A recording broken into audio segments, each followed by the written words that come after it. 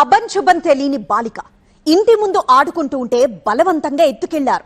శివారు ప్రాంతానికి తీసుకువెళ్లి కిరాతకంగా కడతీర్చారు. 7 ఏళ్ల బాలికను చంపేంత అవసరం ఎవరికుంటుంది? ఇది పశువాంఛతో రగిలిపోయిన కామాంధుల పన, గుర్తు తెలియని వ్యక్తుల దుర్మార్గమా? బావి మాటున జరిగిన ఈ ఘోరం సభ్య సమాజాన్ని ఉలిక్కిపడేలా చేసింది.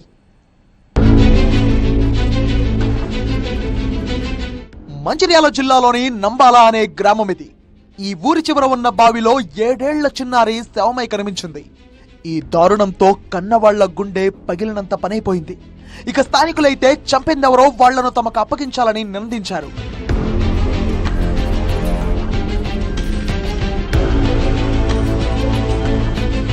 నంబాల గ్రామానికి చెందిన మేకల కాపరి దంపతుల గారాల బిడ్డ ఈ నెల 24వ తేదీన ఇంటి ముందు ఆడుకుంటూ ఒక్కసారిగా మాయమైపోయింది. తల్లిదండ్రులు కంగారు పడి పరిసర ప్రాంతాల్లో గాలించారు. ఎక్కడా కనిపించకపోవడంతో పోలీసులను ఆశ్రయించారు కాపరి దంపతులు. డాగ్ స్క్వాడ్ క్లూస్ టీమ్ తో గ్రామానికి చేరుకున్న పోలీసులు పరిసర ప్రాంతాలను జల్లెడపట్టారు. ఇంటికి 100 మీటర్ల దూరంలో ఉన్న బావిలో బిడ్డ శవమై తేలింది. చిన్నారి ఒంటిపై రక్తపు మరకలు ఉండడంతో లైంగిక దాడి, ఆపై హత్య చేసినట్టుగా అనుమానాలు ఉన్నాయి.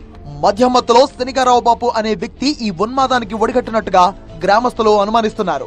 అలాంటి వాడు ఊళ్ళో ఉండడానికి వీల్లేదని ఎన్కౌంటర్ చేయాల్సిందే అని డిమాండ్ చేస్తున్నారు గ్రామస్తులు. చిన్న పాప సార్, 6 సంవత్సరాల పాప ఘోరంగా చనిపోయిండ్రు. వాళ్ళు ఎన్కౌంటర్ కావాలి. వాళ్ళు ఈ విలేజ్ లో కూడా ఉండద్దు. ఎందుకంటే సార్ అందరికి చిన్న పాపలు ఉన్నారు. రేపు చిన్న పాపలను చేయొచ్చు, ఇంకా పెద్దోళ్ళని చేయొచ్చు, ముసలోళ్ళని కూడా చేయొచ్చు. అటువంటి వ్యక్తి అనేటువంటి మనకి ఇక్కడ కనబడద్దు సార్. మాకు కోరుకునేది ఏంటంటే ఆడ ఎన్కౌంటర్ కావాలి, మొత్తం మీద ఆడ ఎన్కౌంటర్ కావాలి. లేదంటే అయితే ఎన్కౌంటర్ కావాలి, లేకపోతే మాకు అప్ప చెప్పాలి. రేపు చేసి ఘోరం చేసి చంపారు ఆడవాళ్ళం. మేము చూడడానికే మేము ఇంతకన్నా పెంచిన వాళ్ళం. మేము ఘోరమైన చేసినాము. ఆమెను చూడడానికి కూడా లేదు. ఘోరమైన సిచ్యువేషన్ ఉంది పాపకు. ఆమె మీద ఎంత దారుణంగా ఇచ్చేసారో చెప్పలేము సార్. మేము చెప్పలేము, అంత దారుణం ఇచ్చేసారు. మాకు న్యాయం జరగాలి, ఆ పాపకు న్యాయం జరగాలి.